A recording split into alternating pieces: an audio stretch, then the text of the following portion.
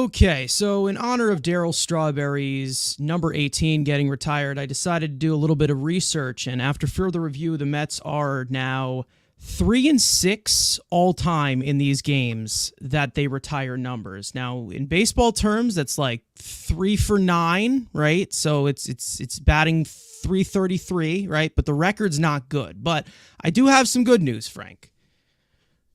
You know what all of these 9 games have in common when they retire numbers? What's the common thing? In every single one of these games, the Mets were the home team. All right? That's right. All 9 times the Mets nailed it, right? They know that you can't retire a uniform number in any other stadium but your own. I really should have just said that the good news was that I was out of bad news, huh? Episode number 54 of the Mets Weekly Podcast, Mets Diamondbacks Series Recap. We got a 4-game set to recap this time, live at this very moment on YouTube and on X. Let's get this one started.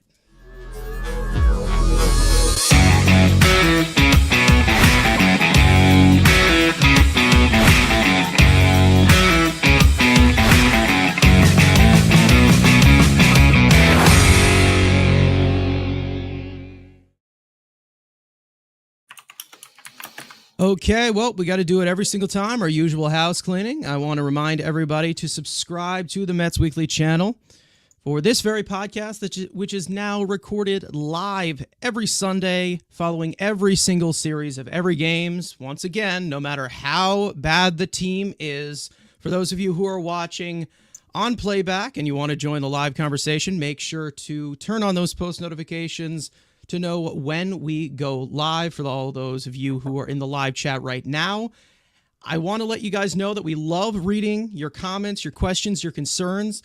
And if you feel like you're being ignored at any moment, you aren't. They are just being starred throughout the show so we can pull up as many as possible to keep the flow of the conversation. Also, for our audio listeners, make sure to follow us on any of your favorite listening platforms to not miss the audio version of every new episode that goes up 9 a.m. on Mondays and Fridays following the shows. Also, remember to follow Mets Weekly on X and on TikTok, which mainly features this guy right here to my right on the screen. His instant reactions, Frank, his post games. Once again, no matter how bad the team is, titled The Mets Frankly Post Game. So you guys may notice, for those of you who are watching right now, we have an empty panel spot on the screen, which means that today we have a special guest joining us. This guy covers all 4 major sports, including the Knicks, the Rangers, the Giants, the New York Giants, that is, and of course, our New York Mets, the host of True Mets and Knicks Talk, Chris from CPNYSports.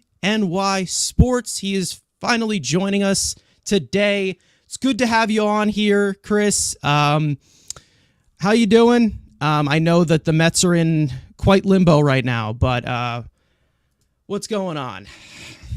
It's great to finally be up here. Big fan of the Mets Weekly Pod. I've been watching you all for quite some time now. I love the banter. It's great, and I'm sure we'll have a lot to recap today because this series honestly feels like a little bit of a disappointment with the Mets needing probably a series win here in my books. But nonetheless, tough time for us as well. Rangers out of the playoffs, Knicks out of the playoffs, and we're here stuck with the dreadful Mets here in June. So we'll see what we got. But awesome to be here. Appreciate you all having me.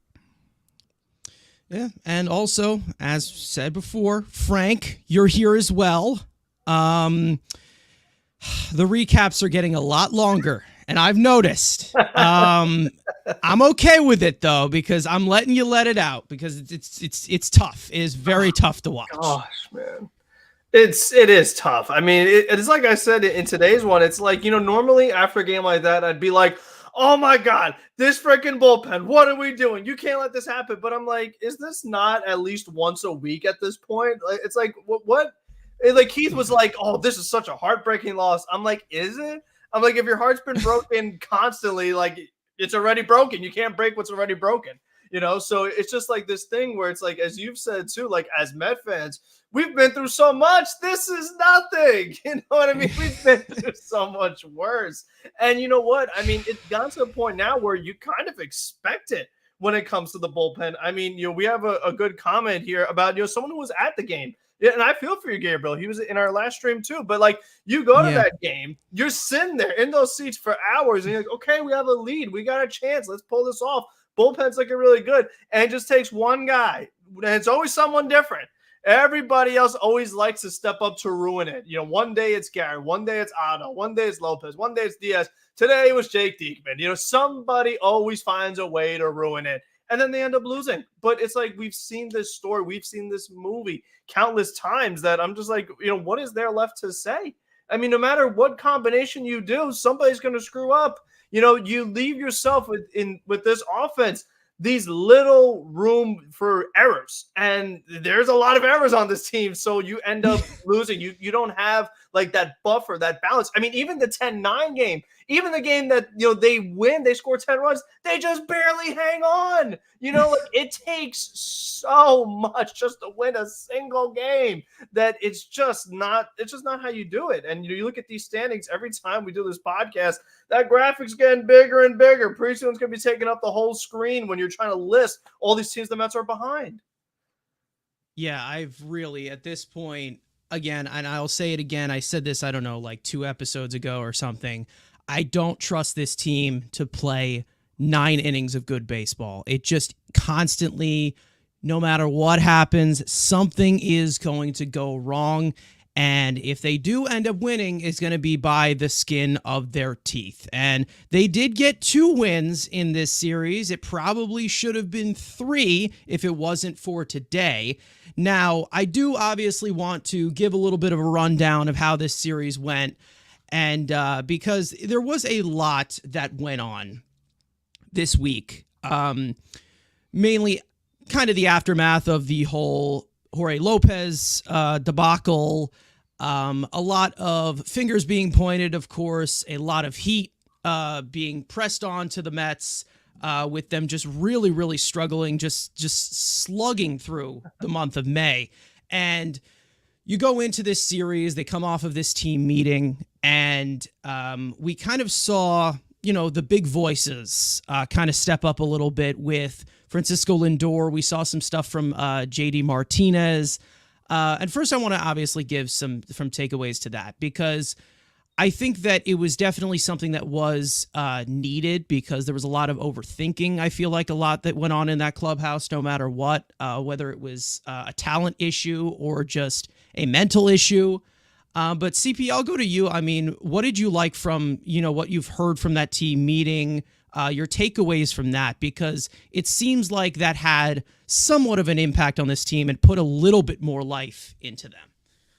Yeah, I mean, it definitely was needed. Absolutely. You're 100% right. And I'm not sure, Francisco Lindor apparently was the one to call it. So I'm not sure if the front office gave him some hindsight in terms of the shakeups of the moves that we're going to be following thereafter, in terms of the whole Christian Scott send down, the Brett Baty send down, etc.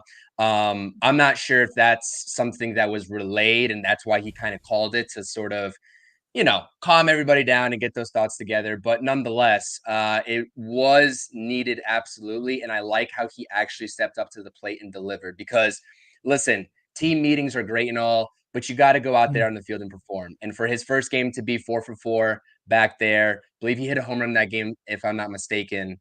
This series was literally kind of a blur for me, but nonetheless, put your money where your mouth is, right? And kind of just go out there on the field and perform after you call something like that. JD Martinez swinging an absolute hot bat as well. Mark Vientos, who's showing a lot more confidence. Like, we see flashes of positivity with this team, right? And we take wins at this point when we can get them. Even if they don't translate in the win-loss column, we like to see better performances out of these guys, especially after a meeting like this. So that's my kind of takeaway. And I know that JD Martinez, when he first came to this team, it seemed like he was a little bit more timid from what he's been saying in terms of providing his immediate input. But now that he's kind of gotten acclimated to this team around these guys, he's provided some, I guess, pointers to Pete Alonso, which has helped them a little bit as well in terms of the production, and also saying, What do we have to lose? I really like that. Like, the Mets have literally nothing left to lose at this point. So why would you play scared? Scared money doesn't make any money.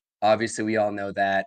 And I really think that that was important, and we kind of saw some benefits out of that. But like we said, the production, the win-losses, a series split doesn't look as good as a series win in any book. So I don't know. I like that Francisco Lindor is the team captain. A couple of, I guess, post-game comments with the whole There's a Jorge lot of Lopez people that would situation. disagree with you on that. I'm just going to tell you, there's a lot of people that disagree with you. Yeah. A lot of people Yeah. in this fan base would disagree with me, and Yeah. I've seen it a lot in my comment section. I'm sure you guys see it in your comment section all over Twitter, etc.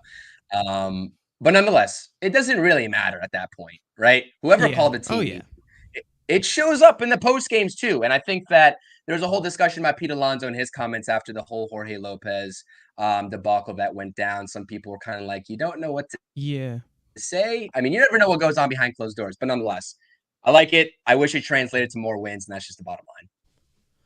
Yeah, the whole thing about the whole Pete Alonso thing, I want to say real quick, because that was so weird. I saw a lot of criticism that went on with Pete Alonso, and I'm not somebody who really defends what Pete Alonso says. I usually am somebody who defends what Pete Alonso does on the field, because what he says, he says a lot of stupid shit. Like, let's be real for a second. He just says a lot of things. The first thing that pops to his mind, it's coming out of his mouth, and it's probably not as smart. But when he says, that I wasn't really aware of it, I wasn't there at the team meeting, there's a lot of ridicule towards him. And to be honest, I think a lot of people forgot that I'm pretty sure he was getting his hand examined while that was going on. Yeah, and they said he was going to have to leave because they didn't want to do all the testing there. Yeah, so, I feel like the timeline was getting a little screwed up there, and obviously there was frustration with the team. I get it. He's one of the big bats. They're obviously gonna, put a lot of pressure on him. But I think that right now, I don't know, in terms of a morale state, it's better. You still got a lot of issues going on, and we'll obviously get into those little details right here, as I just want to give a little bit of a series rundown of the split here. The first game, you had Scott. Solid 5 innings. Fastball was working, not as much. 8 whiffs, a little bit low for him. 4-hit game from Francisco Lindor, as we said, right off of that team meeting. You had the game-winning, shall we say, solo shot from JD Martinez, showing off just all sorts of power whenever he just makes contact with the ball at this point. And then the second game, Mets hang on by the skin of their teeth, but you had a lot of hitting. Of course, Severino was not great, 5 1/3, 4 earned runs. He gave up 5 in total, 1 unearned. He wasn't his best, but the offense did pick him up, so that was pretty good.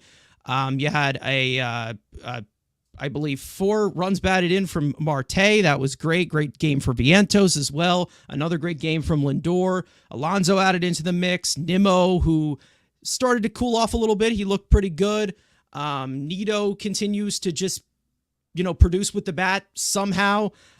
Reed Garrett struggled a little bit in that 9th, but he did record the save. The Mets got the win. They won the first 2 games. Then you get to the second half of this 4 games side. Minaya was not fantastic, but he still had the strikeout stuff. But it was pretty much all overshadowed by that one pitch that he threw to Christian Walker, which was a sweeper that I probably could have hit with my eyes closed. You had home runs from Vientos, Alonso, all good games from your top guys, but it just was not enough. Josh Walker came in, made it even worse. 4 earned runs. 3 walks in relief. And then today, of course, the final game, Quintana was not fantastic, did not give you any distance whatsoever. 3 earned runs, 4 hits, 3 walks. I mean, the usual that has been going on with Quintana this year. The soft tossing, leaving things over the plate. You had a 4-run inning in the 3rd inning. That was pretty much all the offense could really muster. Overall. And then Diekman, of course, in the top of the 9th, serving up the go-ahead home run to Ketel Marte, and that made it a split of the series. Now, one thing that I do want to say off the top of my head is that I think it was pretty impressive how the Mets were able to take 2 out of 4 here with all four of those games, all starting pitchers didn't even give you, they either didn't give you distance and or quality, which I think that was pretty impressive. Obviously, the Mets offense did show up a little bit more as compared to what we've been used to in the month of May. But I think that, overall, this series as a whole, it was a little disappointing, but it at least got them on somewhat of a, I'm just trying to give them the benefit of the doubt here, but you're still 11 games under 500, 4.5 out of the wild card. So, it's really, it's hard to really show out the positives of this series, but they played better, right, Frank? Better? A little bit. I think the key is really those guys that we have on the graphic, Lindor and JD Martinez. Those are two really big pieces of this team, especially Lindor now being in that leadoff spot, being the highest paid player, being the leader, the guy who was calling the team meetings. I said in one of the recaps, but it's like you got to lead by example, especially if he said, the big thing was everyone holding each other accountable, saying, what you need from me, what we need to do better. He needs to be better, definitely. And, we've seen more out of him. Obviously, today was not a good game for him, but this series and the move in general, we're going to get to it later on, but, that's been good. But I really like seeing from JD Martinez. This guy, he's just a professional hitter. And, even though he's 36, he just hits everything hard. He just has such a good knowledge of the strike zone, just banging everything off the left center field wall, right center field wall.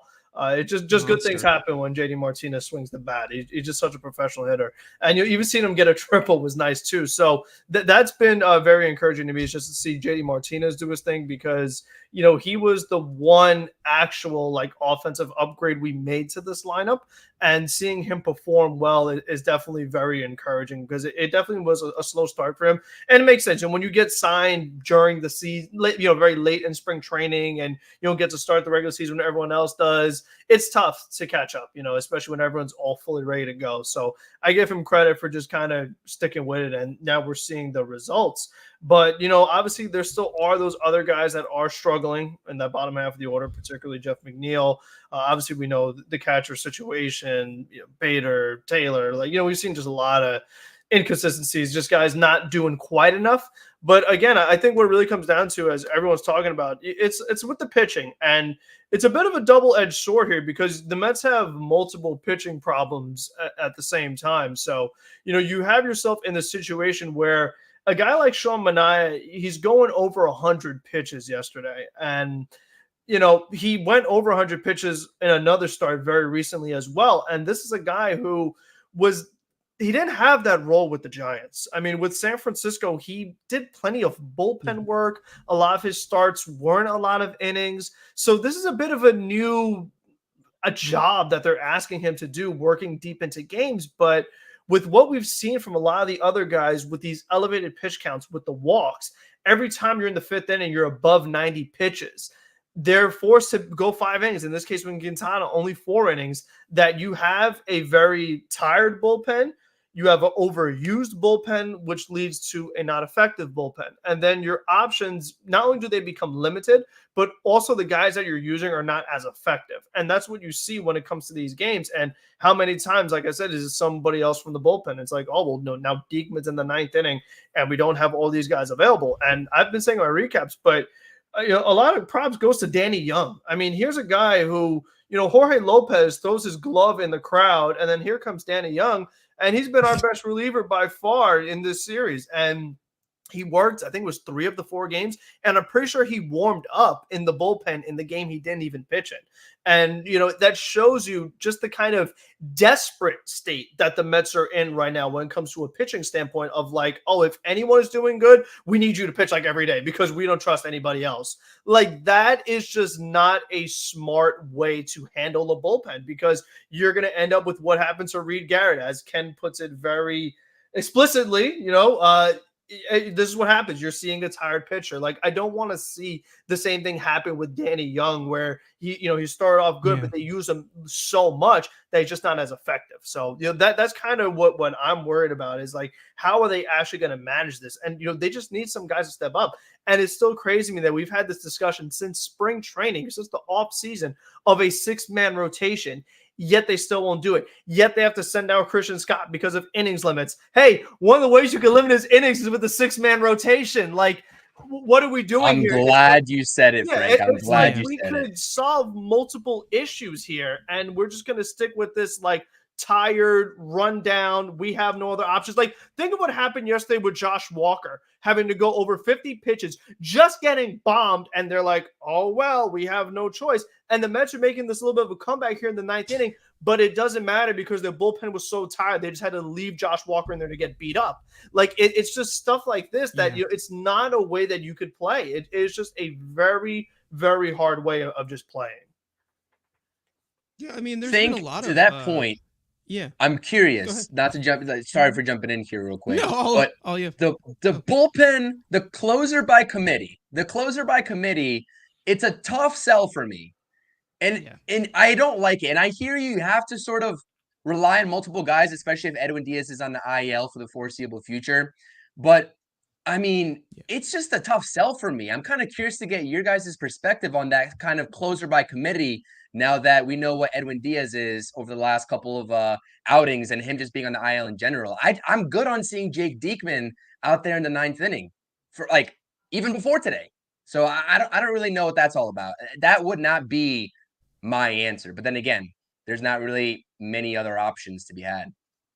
I think that the closer by committee thing in general as a process, I'm not against, but I think the personnel is the most important part. And it's like we've said, we've just seen all of these guys have blow-ups constantly that does it really matter who pitches in what inning if they're going to give up runs? You know what I mean? It's like whether you give up your runs in the 7th or the 8th or the 9th, if your offense isn't doing enough to kind of counteract that, it doesn't really make a difference what combination you go with. And the real big piece is losing Brooks Raley.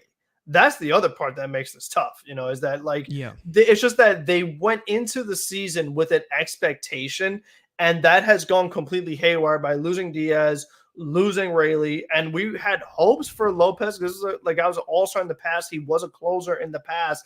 Obviously, he's gone. So it's like they had this blueprint of like, okay, this is what our bullpen's going to look like.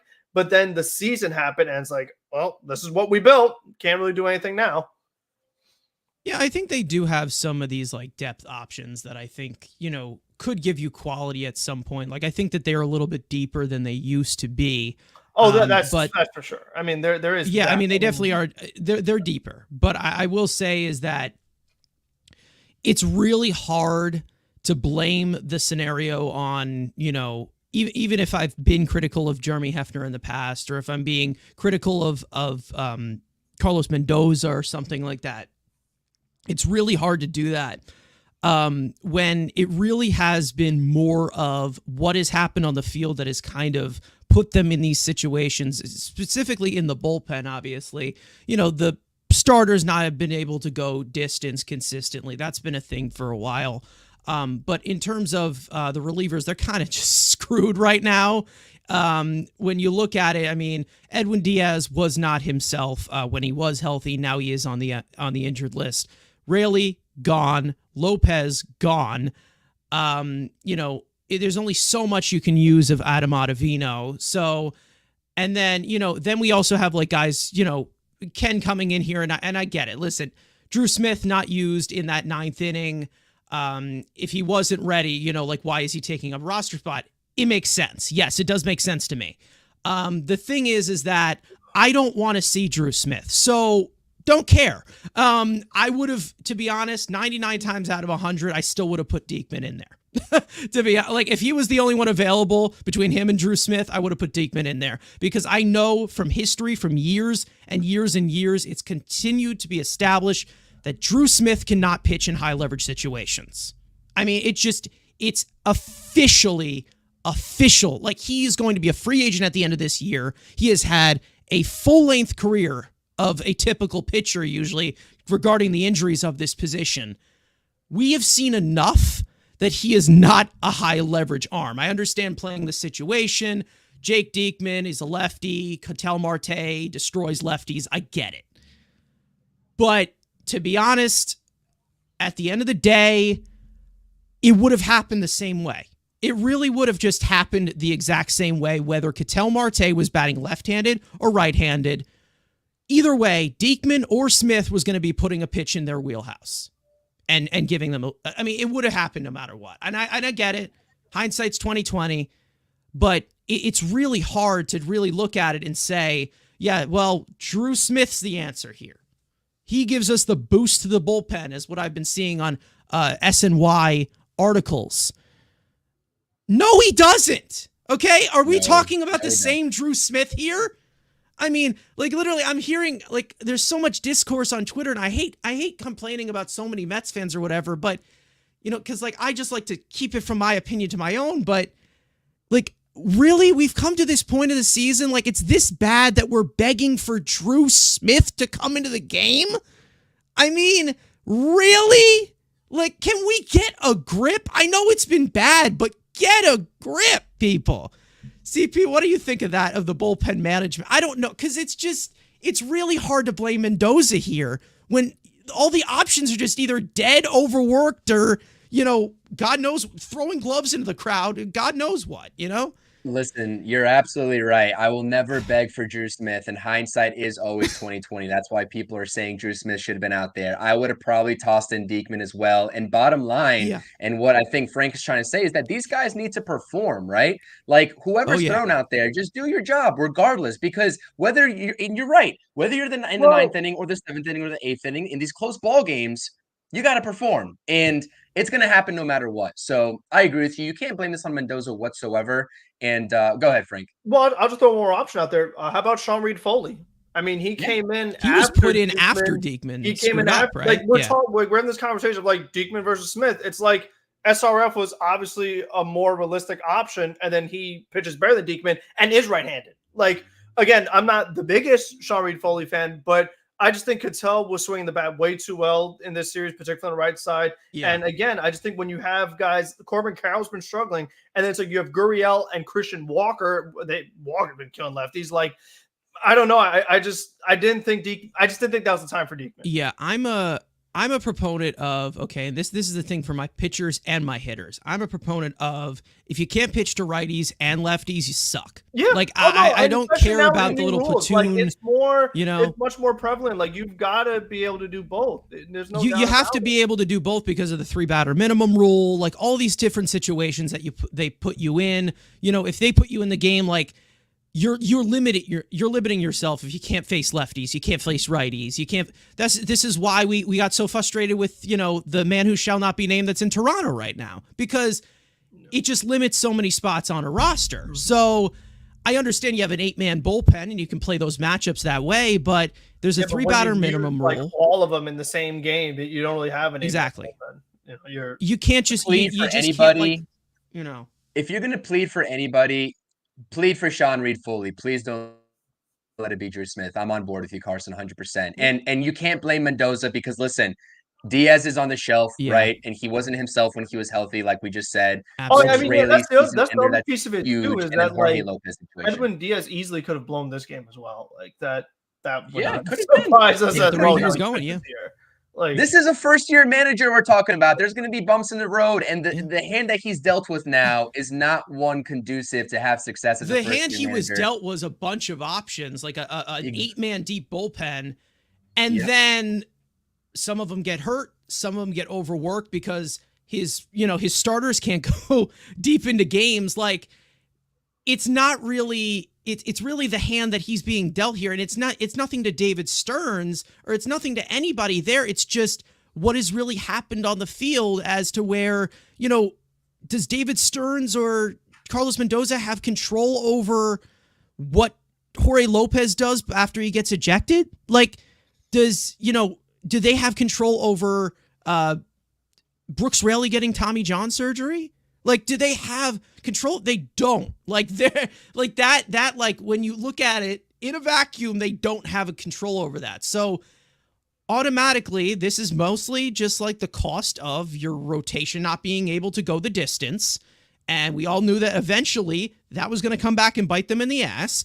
And it has done that in early June already. So, you know, yippee, welcome to hell now. So right now, you know, they're really just trying to piece this thing together, but it's really hard to do that when you don't have the puzzle pieces at all that can piece this thing together.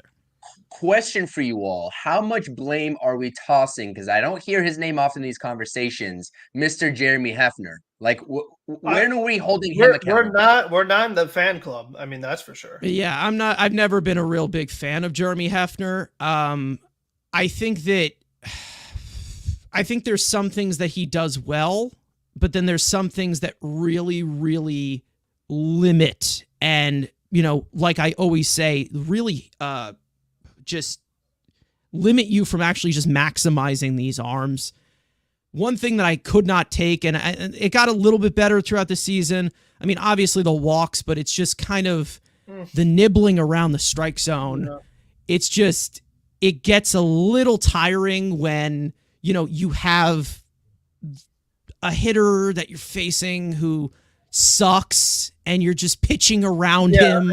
And go after him. Early in the season when they were constantly walking the 9-hitter. And it was especially the first Dodger series when it's like their bottom of the order were struggling so much. And then you have that Betts, Ohtani, Freeman top 3, and you're walking the bottom half of the order. It's like you are literally just setting yourself up for disaster. Like, you're right. From the strategic standpoint, that's where it bothers me. Like, the one that stood to me today was with Corbin Carroll. He swung first pitch his first 2 at-bats. So he's got to be taking, right? First pitch curveball way out of the zone. And it's like, that's where you attack. You try to get ahead in the count. Like, it's like, the actual, like, the thinking. It's, I don't know. Sometimes the sequencing is just not good. Like, the pitch sequencing is just not good. It really is. It's been very inconsistent. And with the pitch count, like, you have to be much more decisive. There isn't as much more like, okay, we have time to think about this. Let's have the catcher go out. Let's shake off a few times. It's like, no, we got a clock, like, select it and throw it. Like, it's a different game now that they're trying to call when it comes to the actual pitch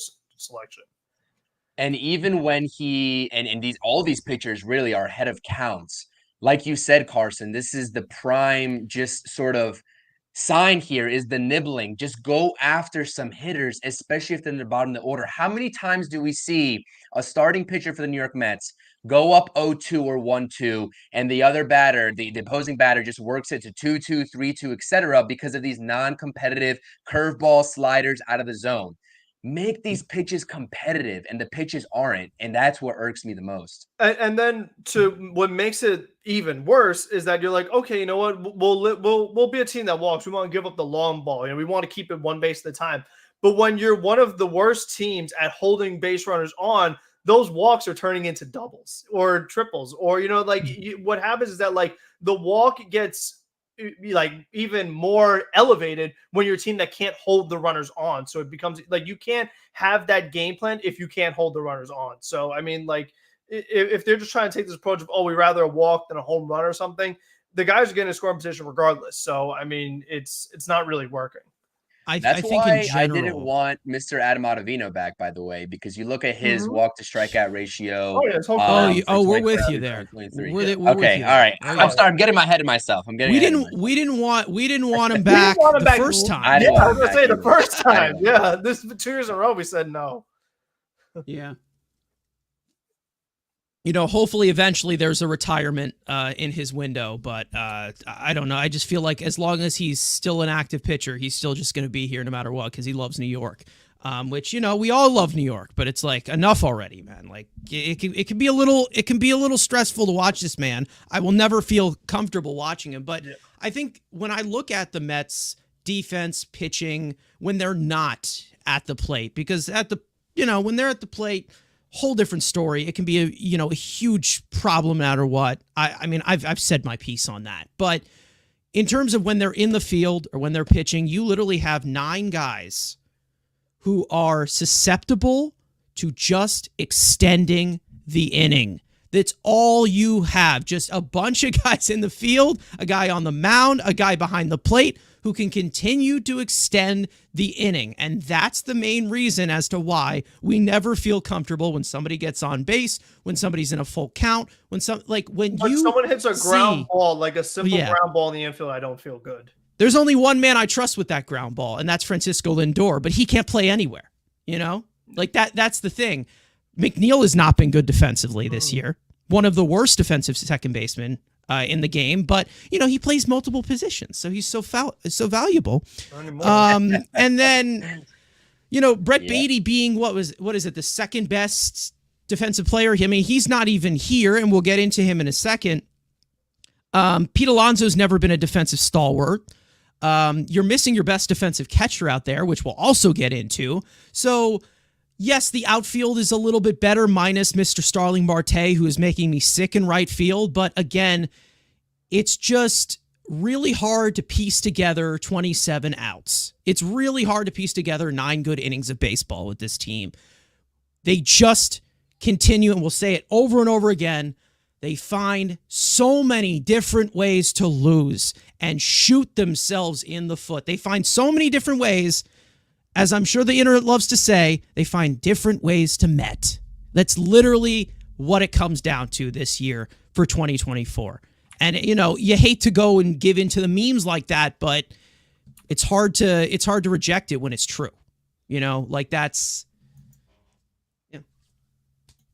Frank, that's it. You got to. I mean, I have an interesting question for you, Carson, because this is a debate that we've had on air, off air. Oh boy, the idea of the batting average versus the power, and I found it especially interesting today when the Mets in the 9th inning were making their managerial decisions as far as who's going to pinch hit, who's not going to pinch hit, and when I saw that Starling Marte was going to be a pinch runner instead of a pinch hitter. Okay.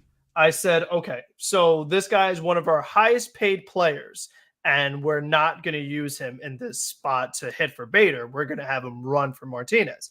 And it got me thinking, and I was like, okay, well, what's his actual value to his team? Because there's another guy on this team, and when you look at the batting averages, they're pretty far apart, but the OPSs are very close. So what are your thoughts on who would you rather have, especially contract considered, in right field?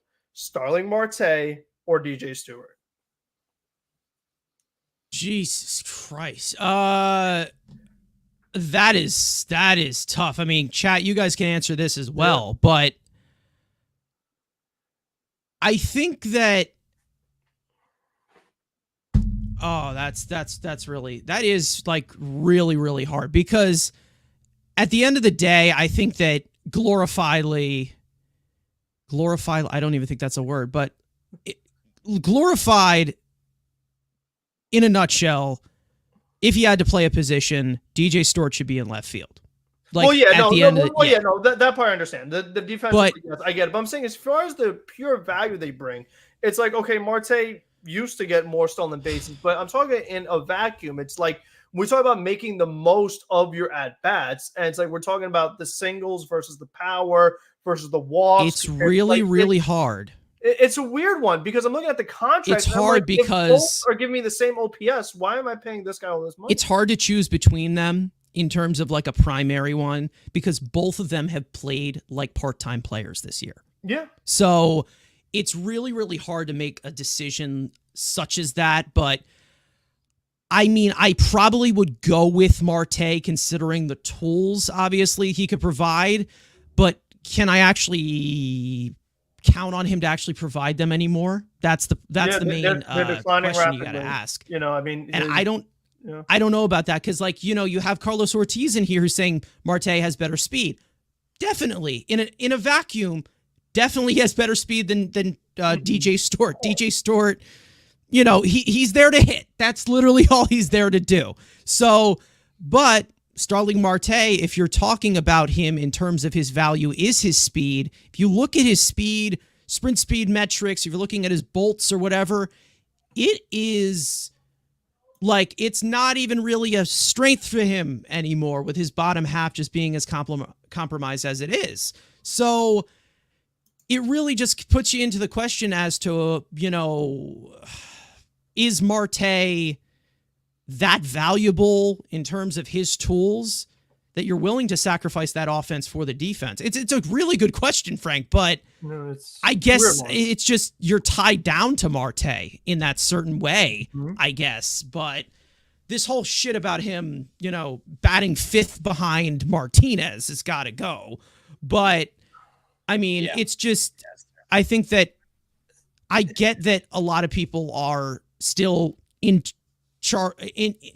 in full force with Marte because, what is he batting 260, batting 270 or whatever he is. Like the batting average is up there, whatever, if you want to talk about that. The problem is like that Marte at 110, Stewart at 107. Like they're like, yeah, exactly. So Marte, if you're looking at Marte, but he only really provides value if he's using his speed tool. But you're comparing 20 million to like what, a million? Yeah. You know what I mean? Like, yeah, and with so much more eligibility, like, the guy's a free agent in 2028 for DJ Stewart. He's making $1 million. So is Marte $18 million better? Oh no. Oh no. I think if you're not tied down to Marte, you're definitely going to go DJ Stewart. And honestly, just by the naked eye, I don't have the actual statistics in terms of the quality at bats, but just me watching both of their at bats that they take, I'm going to take DJ Stewart, and I'm going to compromise that defense for that offense. But yeah, I mean, right now with the Mets being tied in, if you're bringing in the contract, I think it has to be Starling Marte. But all things equal, and if they get paid the same thing, I'm taking DJ Stewart, man. Yeah, I mean, he's been a contributor. He really has been a contributor. I mean, he's not perfect. Again, we've talked about him being, the ShopRite or Walmart Schwarber or whatever you want to say. He's a part-time player. But when you have Starling Marte, who's making the $20 million a year, and he's also playing like a part-time player, it definitely raises a few questions. Obviously, Tyrone Taylor does not play every day as well. You can put him into the equation as well. Bader, really, he struggles against right-handed pitching. And again, like I've said, like if you can't hit both, then you're either a part-time player or you don't belong on the roster.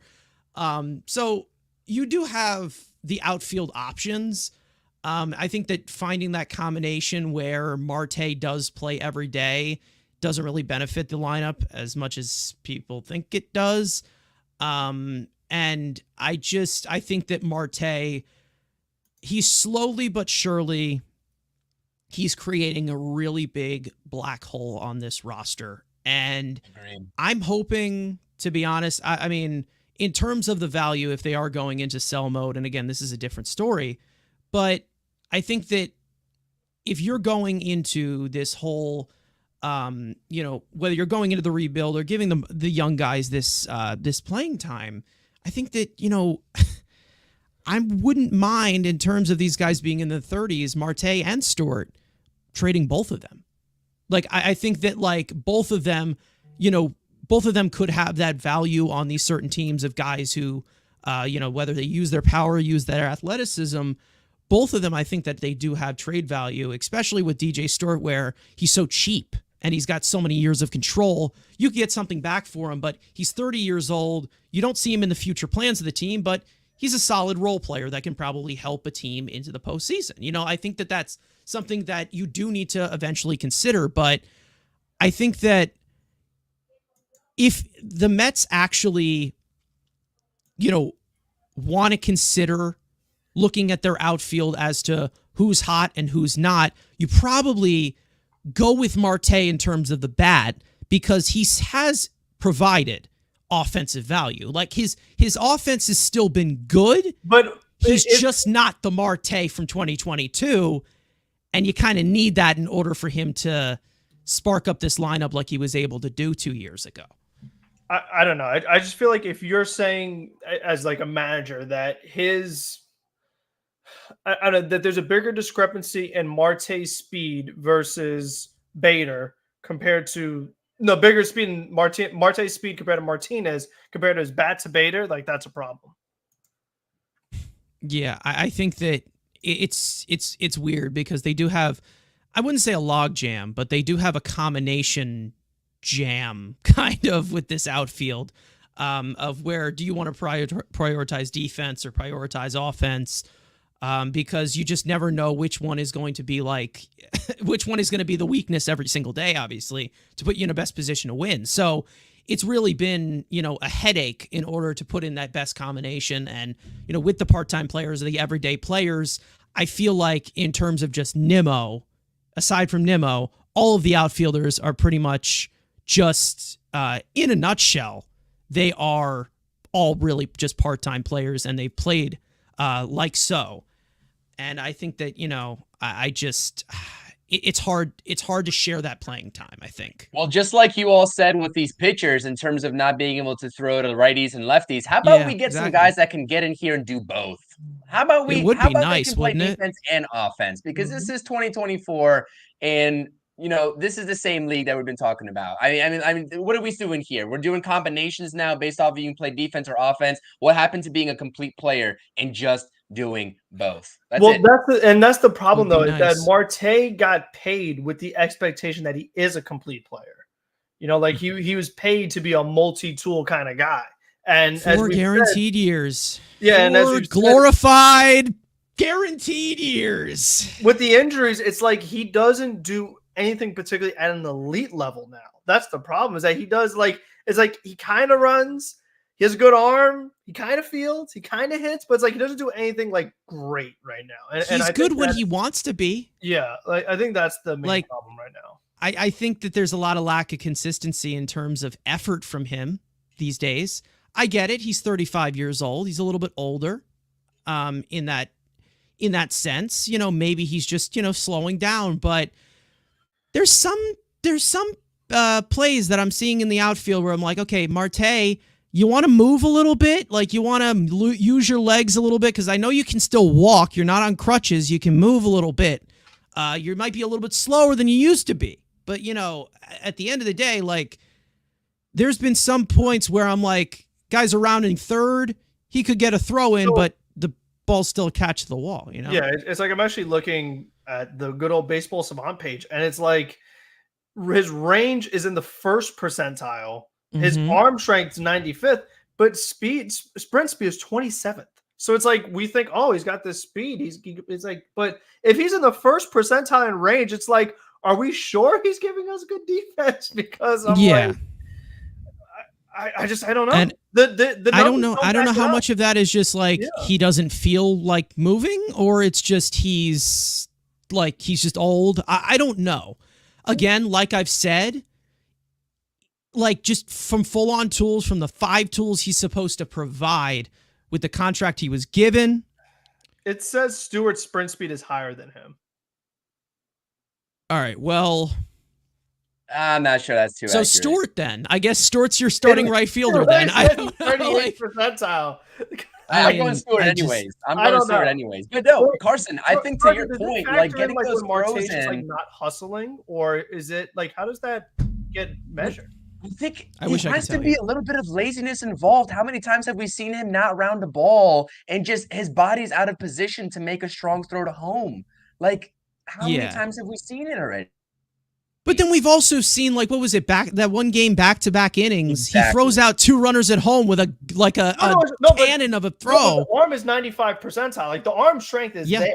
That checks out. But so basically, it just tells you upper body is still there. Yeah, lower body doesn't exist whatsoever. Yeah.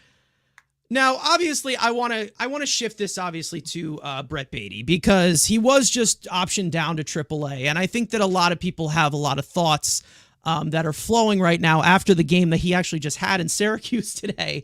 But I do want to obviously pop up something in terms of Baty, because Baty was obviously optioned down to AAA, but by the time that they did do that, he officially surpassed exactly 600 career plate appearances. Exactly has 600 career plate appearances in the major leagues. So I do want to do a little bit of a rundown of that, and I'm going to show off this graphic of Baty with 3 A's, because as of what you're seeing with Brett Baty, first round pick, 12th overall, a seasoned guy out of high school, failed 5th grade, so you thought that he was a little bit advanced.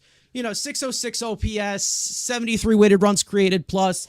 Overall, he's had over 1,200 career innings at third base.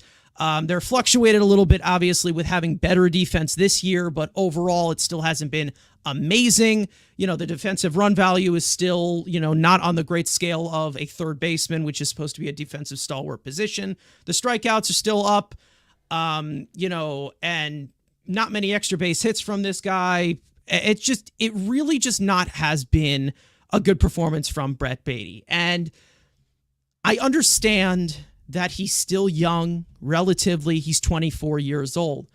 But I think that we've already kind of put in an early trend with Brett Baty. And I think we all can agree as to where, and I'm going to make this statement, and you can see if you want to disagree with me or not. I don't think you're going to. But, who knows? With Brett Baty, when people say that he needs to be sent down to AAA to get better or improve. First of all, like I've said with AAA pitching, very fluctuated. It's a very big hitting environment. That's just the league average OPS there. What is it? 770. I mean, it's ridiculously fluctuated because you have a lot of pitchers that are just not that good down there. There's a reason why top pitching prospects, they get 2 starts there and then they go up to the majors. So when you look at it, I see it as Brett Baty doesn't need to go down to AAA to get better. Brett Baty needs to go down to AAA because he belongs there. That's why. And I think that since you have not seen anything encouraging at the major league level to where he can actually sustain something, where he can't do anything past 3 weeks of a 300 batting average, it's very, very concerning. And I get it. He's still young. But again, there's hitting tools involved where, yes, there is still that potential there, but it still is just not connecting. You're seeing him dominate AAA pitching. You're seeing him get dominated by major league pitching in a vacuum that shows you this is a quad A player or a quadruple A player, whatever you want to call it. I think you got to call it like it is now. You've gotten 600 plate appearances now. He's 24 years old. Unless you get any drastic changes with this guy when he talked about how I'm going to make all these improvements. I made all these adjustments. My top hand swinging downward on the ball or whatever and swinging with my eyes closed or whatever. That obviously didn't work, buddy. So the fact is that, and this is another fact, this is coming in from Grant, Jenny Metz, I believe this, right? This was, yep. I don't think he does it anymore, but he was. He's saying that he's played only 36 games in AAA, and the reason why he has is because he was brought to AAA because guys are put in AAA for little amount of time. If they dominate AAA pitching in their top prospects, they come up. And this has happened with multiple cycles before. Yeah, well, that's the problem is that this isn't the first time he's gotten sent down. This isn't the second time he's gotten sent down. And what does he do first day? Say it's 2 runs. And we're like, oh my gosh, he's fixed. Let's call him back up here. Like, no. How many more times are we going to do? Like, it's over. It's done. I mean, you just can't keep doing the same thing over. Like, we've just seen it. I mean, it just can't. It is just. I also think that Vientos has gotten shafted enough that he finally deserves this spot. I mean, he really does. Like, you can't just send Baty down and just be like, oh, well, he's batting 400 in the last 7 days. Let's call him back up. It just, it can't happen. It just cannot happen. And listen, I think that this is also a counterpoint of where Vientos dominated AAA, but played so many games there. I think that he played so many games there because of Brett Baty. Yeah. And he played so many games down there that Brett Baty got his 600 plate appearances. He got his chance. Vientos never got his chance, so we didn't even know what he was at the major league level. Now what we're seeing, it's a lot better than Brett Baty offensively. Defense can lose a little work. But as soon as I heard Brett Baty talking about in the cage how he wants to start swinging down on the ball from a player who's already struggled with power and just getting any power at the major league level, I knew we were going to be in trouble. And I will say, I agree with you. It's not going to happen here. And I agree with Ibby in the chat here. Shout out to Ibby as well. Check out Till Mets Do His Part. It's just not going to happen here, plain and simple. But to play a little devil's advocate, because we all love the flip side of things. Yeah. We all know probably none of us in here are Eric Chavez fans. To Gabriel's point in the chat, would you all like to see Brett Baty under a different hitting coach regime? And we saw 100%. With Jeremy Barnes, right? We saw flashes 100%. Last season, but the ground ball rate was still just atrocious. Yeah. What do you all think about that? It's really hard to say because I said this last week when Frank and I were on here. I feel like in the point of the Mets organization in terms of the hitting coordinators from top to bottom, I think that if you look at it, it's gotten so bad to where you have to get rid of these coordinators and replace them, make them better, and also get rid of the players that they've damaged. Because I feel like at that point, you got to just bring in the new cycle of coordinators down there. I feel like it's an internal like just detriment constantly where they just don't prioritize this quality of contact enough in order to compete against major league pitching. And we've constantly just seen this trend of prospects coming up here, dominating AAA, dominating AA, coming up through the minors, through like 3 years of minor league development. They come here and they get completely carved up by major league pitching. Yeah, it's just constantly been a trend. Yeah. And what's frustrating to me is that like Baty hits these home runs and they weren't like wall scrapers, like they were no doubters, like way gone. So it's like Baty has power in him. It just doesn't come out on the major league level, and it doesn't come out consistently enough to where you can play him consistently. That's like we've talked about. It's like that's the thing that frustrates me about him is that there is talent in there. It just doesn't portray on the major league level. The best pitching talent you're facing in AAA are high leverage stuff relievers who just they don't have a spot for them on a major league roster. Like they're on the 40-man roster, like for a little bit, like Bryce Montes de Oca when he was, healthy.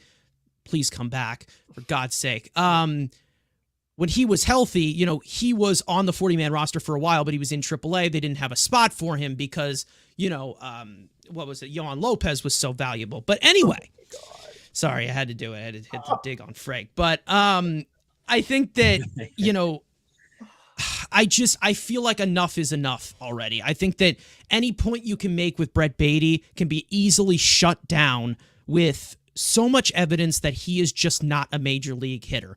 And, I think that, Ibby from Tometsu's part, I think I just, put him up. Like, I think that, when he talked about, his fear of Brett Baty going somewhere and hitting well there or applying those tools that he does have, those raw tools he does have somewhere else.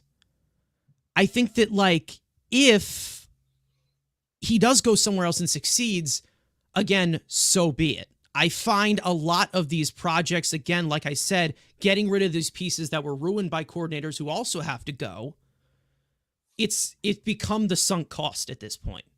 Like, you just need to bring in the new wave of guys to coach these guys and new ways of players to coach. Like, that's how I look at it as to where, and that's the same that I go to as to where the same argument of, when I talked about like a little bit last week of trading Marte to the Braves to replace Acuna, something like that. You're not going to compete with the Braves for 5 years, right? So you might as well give them Starling Marte. Like, it doesn't matter what team you bring it to because you have to accept the fact that in 3-4 years, you're probably not going to be very competitive with these teams. You have to focus on it internally, and a lot of these players and a lot of these coaches have to go to the external. Like that's how I kind of look at it with this organization, because it's just gotten so bad for so long. And we've talked about it before on here. They can't survive like this anymore to be a sustainable organization. They just can't. It just can't happen. Anything else on Brett Baty? Because I obviously want to get into some other stuff. But I think that also just one more thing. Okay, I think I just completely forgot it. But Ken Thal in the chat is asking, I think Baty is too young to go to Japan, but I guess he is too young to go to London too, because he ain't coming with us. I think that, get the guy Curtis Granderson used as a hitting coach. And again, listen, I think that, there is one hitting coach that I think it was Kevin Long. I was literally just going to put then turned Daniel Murphy into. That was the guy. Yeah, that was the guy I feel like was the one that got away, because at the point when he was here, it was kind of like more of a balanced of a line drive fly ball type of game where the didn't he StatCast get was mad coming when in. he didn't get considered for the managerial opening after I could have sworn guess. like there was something like with that he like, or for Ben, I feel like there was something like he wasn't considered for something. I mean, And then he Mark got, like, DeRosa was kind of frustrated. salty too. I don't know. Yeah, well, maybe Rosa, we know, but yeah, I feel like there was something that happened there with the coaching staff. But I mean, you saw what Kevin Long was able to do with the Nationals, help them win a World Series. You saw what he was able to do with him as our hitting coach. The Phillies were also in the World Series with him. They're the best team in baseball as of right now. That was the one that got away. Yeah, I really do believe that. But yep. Yeah, exactly. I think that I think he is with the Phillies right now, isn't he? He is with the Phillies. And look who's on top of the standings by a wide margin. Yeah. Yeah. And they hit a lot of home runs. Go figure. And I think that he definitely was one of those guys that got away. But, at the end of the day, it's really, really hard to just, in hindsight, just be like, oh, let's poach this guy back here and let's bring him back. I think that right now, I don't think you're going to take him away from the Phillies or anything. But, that hitting approach has definitely evolved and he's evolved with it. So, there's going to be other guys out there. It's just they need to make that right hire. And, hopefully at some point you're able to get that. And Eric Chavez ain't that guy. Let's just say that. But in terms of also hitting, I do want to shift, obviously, to one guy that is on the middle bottom here, that being Francisco Lindor, who, since he was hitting in the leadoff spot, he definitely has looked like the player that everyone has expected him to be, kinda. I get, because, he's a terrible person. But if you look at it where, like we said, when Francisco Lindor had the team meeting before this 4-game set, and he led by example with the 4-hit game, and he hit fairly well, and he's looked really good in the leadoff spot. He's been able to balance his game out a lot. So I am going to show up a graphic once again of something called lead off by example. See what there you go. That's a good one. All right. So obviously you can see from him leading off this year, you're seeing some numbers that you expect from a $341 million player. Now, obviously a little bit smaller of a sample size as compared to him batting third. But you've definitely seen quite a balance from him because you definitely have this advantage with Lindor, and you have it with pretty much every 5-tool player. Isn't that crazy? But where his speed can definitely make up for any piece of lack of power, obviously. So, if he's getting on with a walk, if he's getting on base, let's say he gets a single, he's able to steal, he's able to take second base, he's able to be aggressive like that and take away the double play.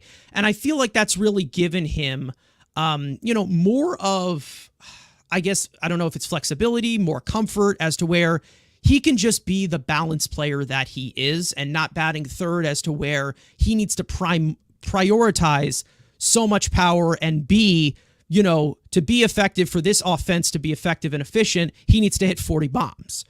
And listen, I would love for him to hit 40 home runs. I love the home run ball.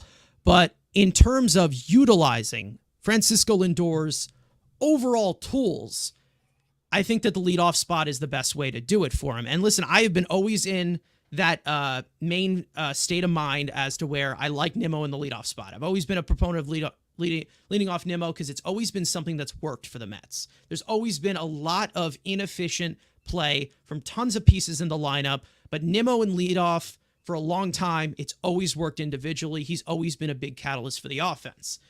But after seeing the balance of tools from Francisco Lindor from the leadoff spot, I can honestly say that whether you like Francisco Lindor or not, he's going to be here through 2031. He's signed here no matter what. And I believe that at this current moment, for the rest of his Mets career, there shouldn't be a single game where he's not in the leadoff spot. I think that we've already determined that's the best way to utilize his tools as a player. Frank, what do you think about this whole entire thing of Francisco Lindor at the top of the lineup? Is this something that definitely can help you impact? Do you think that this is just it just takes off a little bit of pressure from him? Like, what are you seeing from Francisco Lindor from the leadoff spot as compared to batting second or third or ninth, as some people want to put him, because he's such a terrible player? No, I mean, I've liked it. I mean, I think that he looks comfortable there. And I always go back to, this is what he did in Cleveland. Like, when Cleveland was, going to the World Series, Lindor was batting leadoff. Like, this is just kind of where he's had a lot of success. And I think he fits the new school leadoff hitter more than Nimmo did. Nimmo was more of the old school, but again, that's more new school, more power, more aggressive. I think that's what we've seen from Francisco. I mean, unfortunately, yesterday's game where he lined that first at bat off the wall and he got thrown out at second base. Yeah. But still, it's just like that impact. That damn exit velocity. Stop hitting for it, you pieces of shit. I think he had two in this series that actually went like off the orange line in right field. So again, I mean, I have it on here right here. Velo's been phenomenal. 12 batted balls among the 51, which I think it's like 54 now, have been exit velocity over 105, which is like, barrel zone territory right there, which is insane. I mean, he had some ugly ones today, but overall, you've definitely seen much more encouraging at bats, showing that, yes, he still does have something left in the tank. So I'm good with it. I think he's looked really good in that spot. On the flip side, Nimmo hasn't looked phenomenal batting third. So that's kind of where I'm a little torn, and I'm like, I get it. Like, I want both guys to do well because I like both players, and I think that what's also kind of weird to me is that, how many times have we seen Francisco Lindor struggles in the month of April and going into May, and then all of a sudden June, July, August comes around, and all of a sudden he puts together a good season. It's like, I don't know. I feel like there could be multiple factors going into why he started off slow. Now he's gotten it going. But I think that overall it's been nice to see him there. I do like that Lindor-Alonso combo 1-2. I do think they still just need to figure out what to do with Nimmo. That's kind of where things are getting a little tough. And on the flip side, to kind of make things more of a challenge as far as the lineup construction, JD Martinez has been swinging a really good bat. He bats right-handed. Pete Alonso bats right-handed. Like we've talked about, when Francisco Alvarez comes back, we want him high in the lineup. He bats right-handed. So it's Alvarez will just bat ninth, Frank. No, they better not. They better not. So I just think that, trying to find a combination where, they're not going to stack all the right-handed hitters together. Like, that's just not a thing that teams do. So I think that trying to find a spot for Nimmo to break up these right-handed hitters that isn't the 3-hole, isn't cleanup. Like, I don't really know where spots are, because Nimmo, he's in a different state now where you look at his walks are way, way, way down batting third, because now he's not in that leadoff mindset of, okay, let me get on, let me take pitches, let me not swing first pitch. Like, his whole thought process, his whole philosophy is different. Yeah. And I think he's still trying to adjust to that. So that's kind of where you're in a tough spot. It's like, yes, you're getting a better Lindor. Is it worth having a lesser Nimmo? I think that's kind of like the risk reward thing that they're trying to kind of put together. And that's where they're at right now. Like we've talked about, even like Marte fifth, like their lineup is just like we've talked about. They have a lot of the same kind of guys in a way. Like, they have so many guys that could bat leadoff. It's like, okay, Nimmo could be a leadoff hitter. Lindor could be a leadoff hitter. Marte could. If McNeil was McNeil, he could be a leadoff hitter. Bader could be a leadoff hitter. Like, you can make a case for so many. DJ Stewart, he did a good job leading off against that ESPN game. Like, you can make a case for so many guys that hit leadoff. But then it's like, okay, where do you put it if they can't lead off? It's like, that's where it's just trying to find that right combination with the personnel they have. That's the tough part. Yeah. CP, what do you think about, the lineup construction, Lindor at the top? I called for it even before the season started. I'm not gonna lie to you. I've been calling for that change, and I think we really just need to that sacrifice needed to happen. I understand that Brandon Nimmo hasn't been as good at that 3 spot, driving in runs as much as we would like, but I think that sacrifice needed to happen to get Lindor going, and he clearly has, right? The Cleveland numbers, all that good stuff. Don't want to repeat what Frank just said. But he's absolutely right. That's absolutely a thing. I think a lot of people were sort of making that comparison as well. And you had other fans that were like, no, he's got to be a 3-hitter, getting paid, contract numbers, et cetera, et cetera. He's got to be a 3-hitter. That's not accurate at all. But I think this is very just hard. about the same contract as him and bats lead off. So I don't like that excuse. Yeah, and it's never a good argument. It's never a valid argument, but there are people, as you all can imagine, that do say that. Anyways, regardless, I think that is really tough right now because Francisco Alvarez is not here to sort of make shit this lineup, but one name with the way he's swinging the bat, right? And I'm still kind of on the fence whether Mark Vientos is going to be here long term or not, but I didn't take a look at the numbers, and I don't have those pulled up right in front of me. But Mark Vientos' guy, in his limited sample size last season, he actually hits right-handed pitching just as well as he hits left-handed pitching. So I think that if you were to utilize, if Eric Chavez knows that, I'm not sure how analytical he gets, right, with his approach, whatever. If he were to take a look at those numbers, and if they're pretty similar, just as they were last year, I think that you can mitigate that sort of stacking of righties that Frank was talking about by just sticking Mark Vientos into a higher leverage situation and a higher leverage spot there in the middle. But then you have the flip side, and if he starts to do poorly, everyone's going to be like, all right, that was a mistake. So there is just with the personnel, like both with the bullpen, and now we're talking about it here with the hitting and the lineup, the personnel that the Mets have, it's just top heavy, man. It's just top heavy. And we knew that going into this season. And when it's top heavy like this,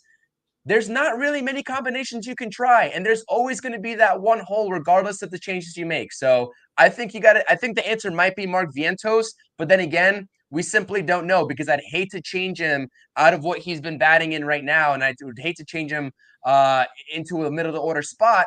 Although I think he's fully capable of it because, we just don't know how he's going to react to that. Anyways. Yeah, I'm not one to care about the lefty righty. I've never been one to like split those up. I don't just give me the best hitters against the best pitchers. Like it's ridiculous. But you got Vientos, you got Alvarez is going to be in the lineup, Martinez, Alonso, all right-handed batters.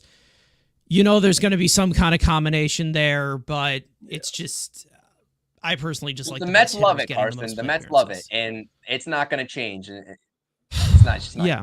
Oh no, I mean, and I think that the best way to obviously do this and sort this out a lot better is to get rid of a lot of these one base outcome pieces that can't steal the McNeil, the Marte. They have to clear that roster spot eventually. DJ Stewart's left-handed, and he's got much better pitch selection. He'd be a kind of nice guy to break him up because the way I think about it is.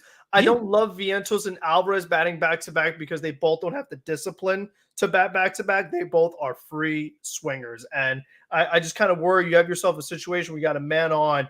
Now Alvarez comes up, he's swinging. Okay, he strikes out. Now you got Vientos swinging, strikes out. I feel like you break those guys up with Stewart, and it's like, okay, you got like a couple different approaches. This way you're kind of stringing together more quality ABs consecutively. I mean, I don't know. And again, it's like Marte's right-handed, but Stewart's left-handed. So it's something I brought up early, but I don't know. I could just see a scenario where it's like Stewart just kind of fits a little better, like he just brings something a little different. It's like we said, you just need something a little different in this lineup right now. And I don't know. I just think that's one of the internal options that they do have. Do you think Nimmo's approach and just feel for his swing and the results, quite simple, would change if he went from 3 to 5?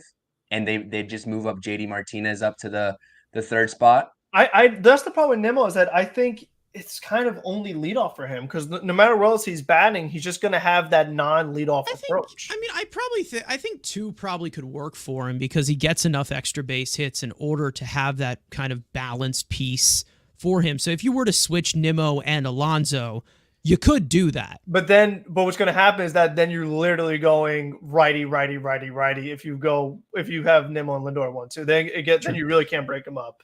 Do I care? No, you don't care. But I'm just saying it's not something you're going to do, unfortunately. As much as we like it, it's just not realistic, unfortunately. Yeah, because then if you have the righty, they're going to shove McNeil in the cleanup spot, and then then you're going to have a problem. It's like because you just have to have a lefty between a righty. It can't happen. You got to get a different look and get in the pitcher's head. Yeah, if Narvaez was still here, look out where he'd be batting.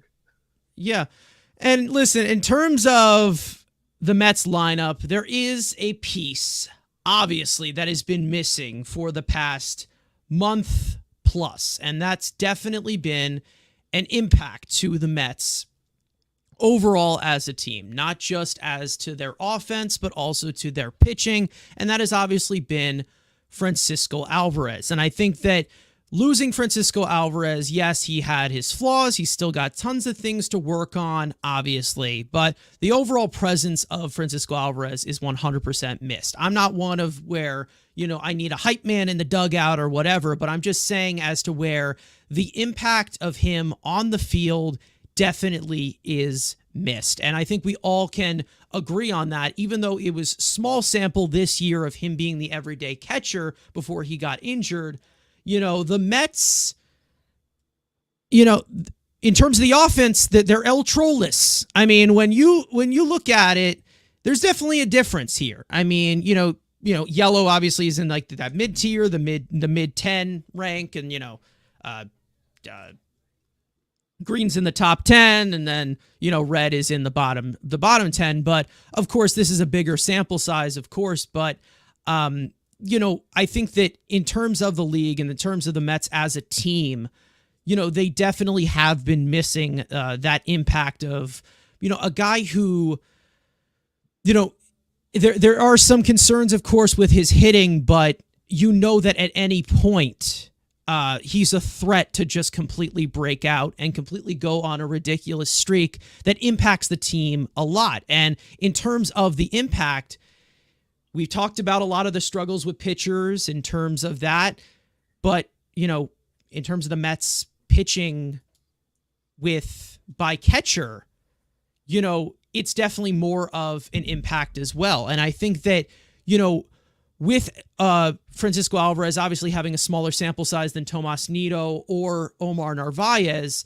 I think that you really have seen a little bit better of a flow of the game. It's still been a struggle, but a better flow of the game with him behind the plate.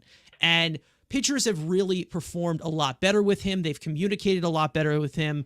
I feel like when you have a rule set in this league now where you have a pitch clock, you have disengagements, you have a pitch comm now, the connection between the pitcher and catcher is a lot more important these days, and you need to be on the same page or things are going to go completely haywire really quick, because this game is going at a faster pace as compared to the original without the pitch clock. So I think that was something that really Alvarez, we really did miss, that sort of not really just overall intangibles, just the overall defensive presence that I feel like a lot of pitchers had a lot of confidence with him behind the plate.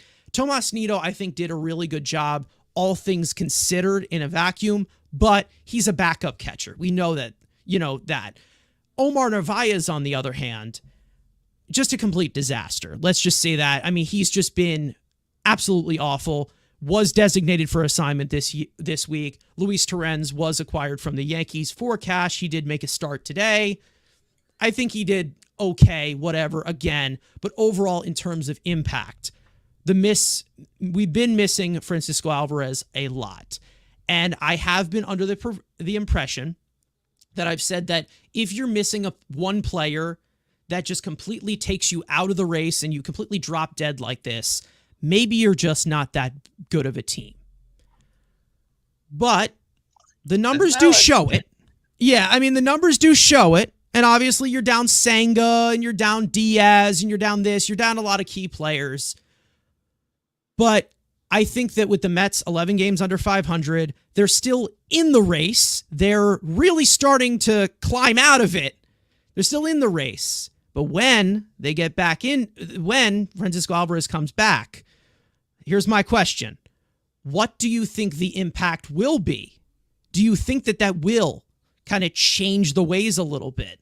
Change up the vibes? Will this change it a little bit? Because it's really hard, because I'm just not one who likes to rely on one player. I'm a 26 to 26 type of guy, right? So, but again, he is a catcher on both sides that can impact the offense and defensive game the catcher, that's the quarterback of the defense right there. I mean, they really is. So Frank, obviously you're a big Francisco Alvarez fan. You've always been since the day he was born. And I think that, you were there for his birth. You were like, 60 at that time. So when you look at the impact of Francisco Alvarez, do you think that this will change the impact, the winning ways of this team? Is he the last hope?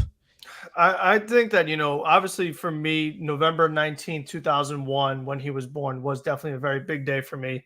Something I always cherish very fondly. But I think that what he really does the most is he just changes the way pitchers attack the Mets lineup. And it's just, and it's more so the disparity between him and the guys who replaced him, and particularly Omar Narvaez, who was finally DFA'd.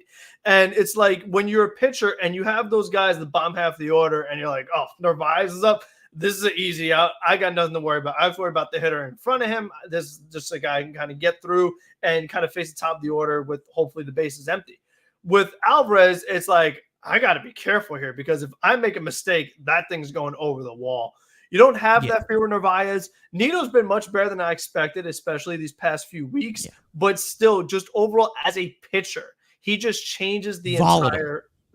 Very volatile. They're just volatile with these two behind the plate. He changes the approach entirely for the pitcher. The game plan, the mindset, everything is just totally different with him offensively. And obviously, we've seen the improvements defensively as well. So he's going to help them in both regards.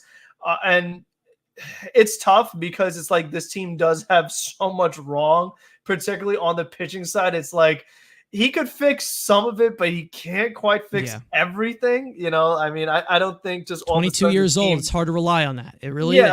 It's like he's not going to make them stop walking everybody and giving up home runs and things like that. But he certainly will help. I mean, there's no question about that. But I just hope it's not a little too late. I mean, that's kind of what I'm worried about. They've already dug themselves such a big hole that it really is asking so much out of a young player, especially coming off of an injury too, just to be like right back in it and expect you to really kind of carry the team, so to speak, on both sides. Yeah, with the busted up thumb that he needs to catch. We'll see how that does adjust, but it seems like he's progressing fairly well. I can't wait to see him back out here.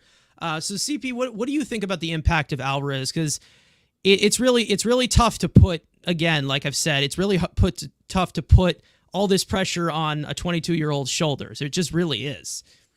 I think he definitely, obviously, I mean, this is an obvious statement, will impact this team, and it's going to have trickle-down effects to, obviously, the starting rotation, which has trickle-down effects to the bullpen, and also on the offensive side. I think that if someone asked in the chat earlier about where do we think he's going to bat when he does come back, I do think because this lineup is top-heavy, like I just mentioned a couple minutes ago, I do think the perfect spot for him is probably that seventh hole to try to get that part of the lineup going. And like you all said, knowing that Francisco Alvarez is looming back there, you pitch differently to the guys right before him, which could help a Mark Vientos if he's batting before Francisco Alvarez, which can help, I mean, maybe even a Brandon Nimmo batting third. I mean, it does have that much of an impact. Who knows? Maybe it doesn't, but I would like to think that it does. And maybe even a Jeff McNeil. Maybe even a Jeff McNeil finds something. And this is me just kind of hoping at this point. There's no factual basis surrounding that. Because Frank, what's wrong with Jeff McNeil?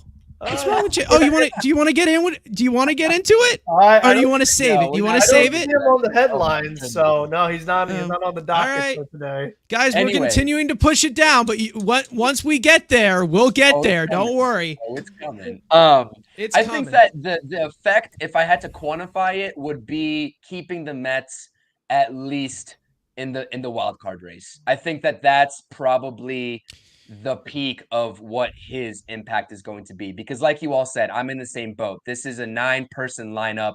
You got to have a complete team, a complete lineup, and the pitching staff as well. It's just too many guys to rely on to try to tell me and convince me that Francisco Alvarez alone, even though he impacts both sides of the ball very heavily, is going to make this team a for sure playoff contender, or not even a contender, just a playoff team in general. So no, I'm excited to see him back. They sorely missed him. Those pitching statistics with him versus without him are absolutely undeniable, but it's too much for a 22-year-old. I agree. Yeah, I mean, it's just, the season was over May 18th. That was the day that he did get injured. So, fly high Mets season, but he got hurt much earlier than that. It was May. Oh, season was over May 18th. Oh yeah. April 21st, 22nd, something like that. Yeah. I think it's on the graphic, correct? Yes. Yeah, April 21st. Yeah.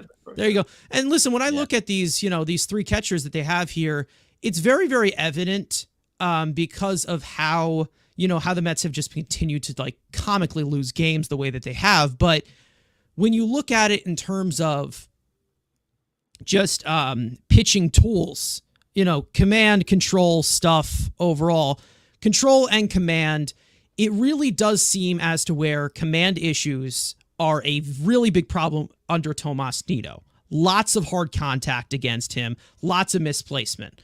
With Omar Narvaez, there is a lot of control issues, a lot of walks with him, a lot of high pitch counts, a lot of expanding the inning, not to mention his just complete inability to throw out runners, not to mention his complete inability that has completely declined, because he used to be really good at this when he was in Milwaukee, of blocking the fucking baseball. He's just been so bad at it. There has been so many pitches that have gone past him that have really it really has impacted the game a lot. And yes, it has happened with Nido a lot, but Nido's been remotely better, but Nido has been remotely better in terms of being a backup catcher.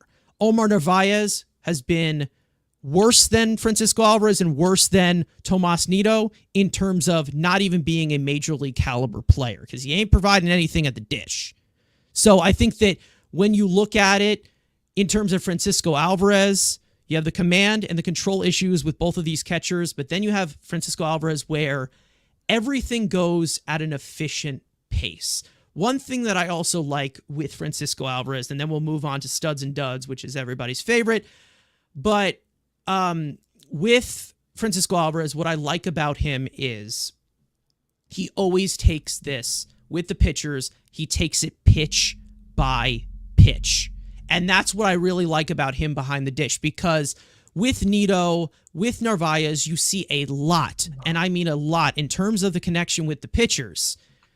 A lot of wasted sliders, a lot of wasted breaking balls, a lot of uncompetitive pitches, as to where Omar Narvaez, when he, it's a 3-0 count, I'm throwing it right back to you. Let's throw another pitch. Let's keep going. Like, that's it. With Francisco Alvarez, when he doesn't see something that he doesn't like, he goes out to the mound. He slows things down when he needs to. Which is so weird that he doesn't mind. Yeah, he doesn't mind bringing down that mound visits limit or whatever it is. It's like, but why if it means to keep his pitcher intact, have a better feel for the game than the veteran? Like, that doesn't make sense. Yeah.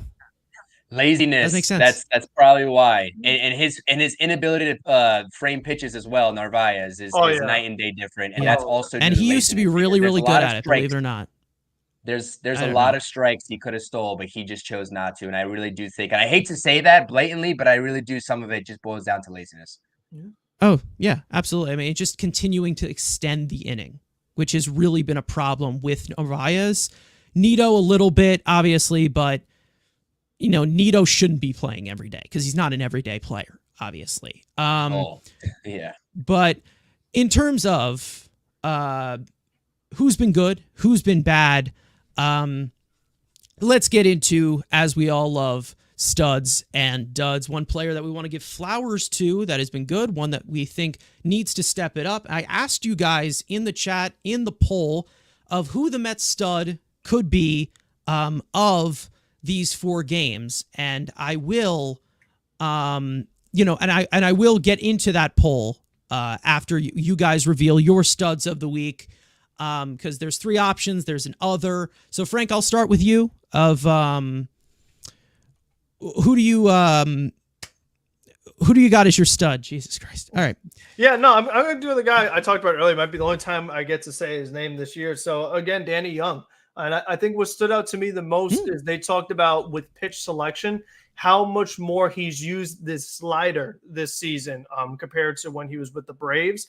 And that slider, it's got a lot of movement on it. And I really love it from a left-handed pitcher standpoint to a right-handed hitter, just coming in at your feet like that. That's tough. I mean, like we talk about being able to pitch to lefties and righties. I mean, that pitch has really done him wonders so far.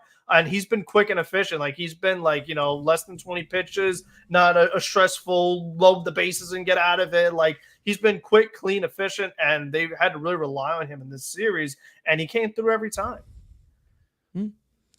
Yeah.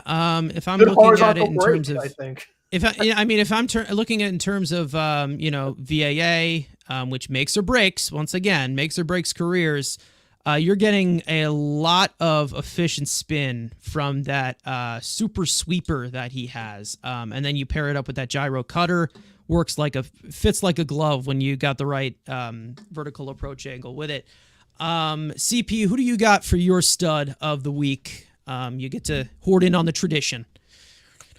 When we talk about leading by example and being brought into this team to make an impact for this lineup, I'm going JD Martinez. He's been ripping the cover off the ball. He's a true pros pro. He's a veteran. And Carson, I know we're not going to talk about it here. We had this age-old debate, and Frank said it earlier. Peppering the right center field wall as well. A true feel for the game. I'm good. I'm good with straightaway center. It's fine. It's fine as long as you square it up. You're good. Right. But again, the most efficient, you got to pull that shit down the line and just bat flip it. But you know.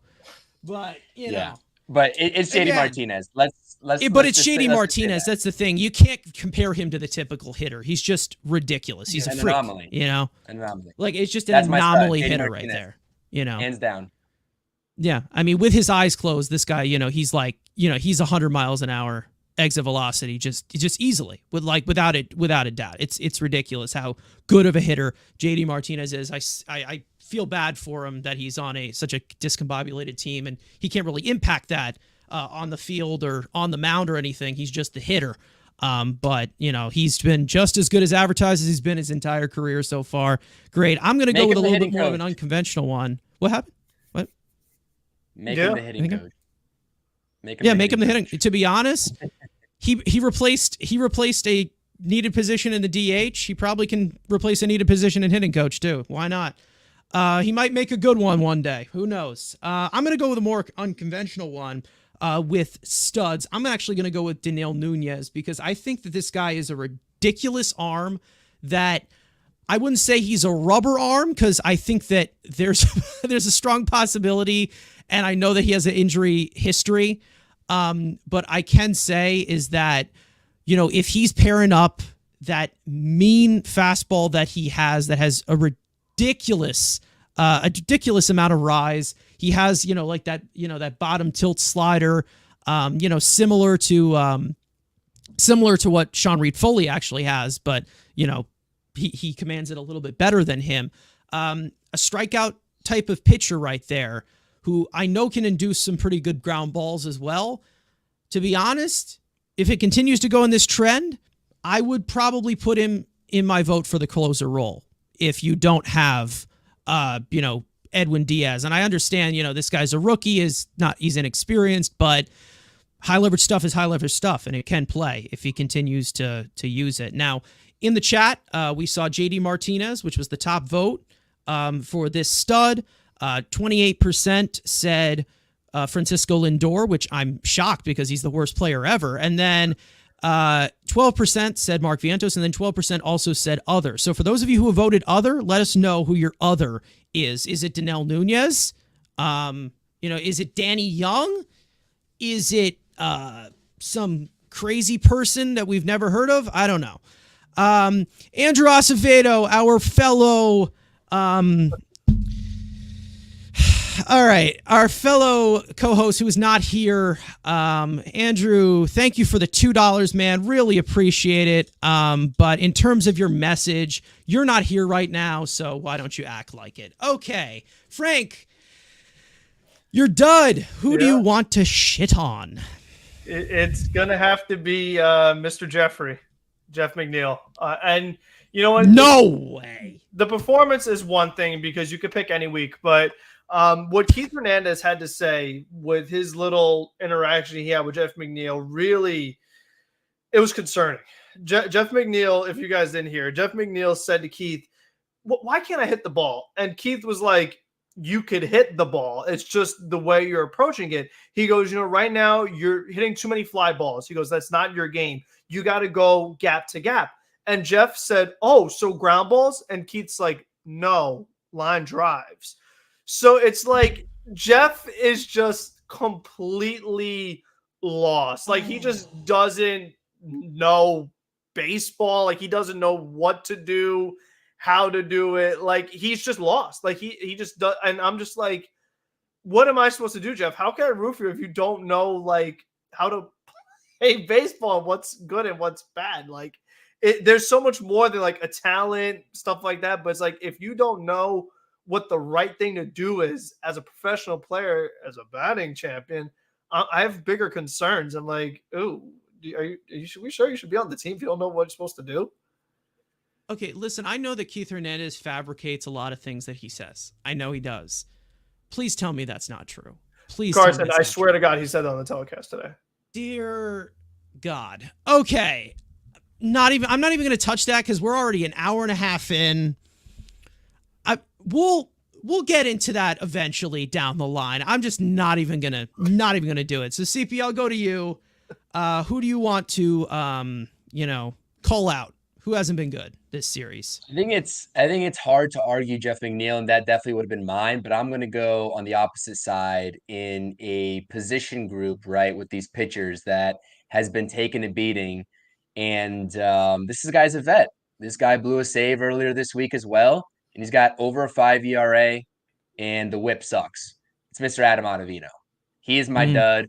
He needs to be better, especially given all the hardships the Mets have had to endure here recently with the bullpen, and he just needs to be and resemble that veteran presence that I just gave JD Martinez the flowers for on the offensive side of the ball. So it's Adam Ottavino. I agree with you all. Should have never been back here. Was shaking my head when he was back here. It was nice that he wanted to be a New York Met. It was great, right? Mr. Yamamoto didn't want to be a New York Met. Okay, so be it. Ottavino does. But bygones have to be bygones at this point, especially after this season.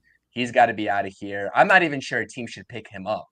But nonetheless, I've seen him retire, the age. I mean, I think to be honest, he's at this certain point of his career, he's had established a career, and we've seen his very, very highs and his very, very lows, and that's the problem with him is that he has such a low floor as a pitcher because he can you don't know when he's going to lose it.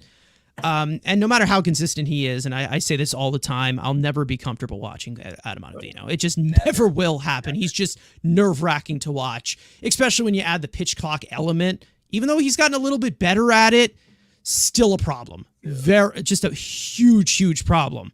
And, you'd like to say that, the walk problem's an issue because guys can run all over him with the new rules, but he's actually been one of the lowest guys walking batters, which is concerning and also doesn't make any sense, but the Mets don't make any sense, so I guess he blends in with that uniform.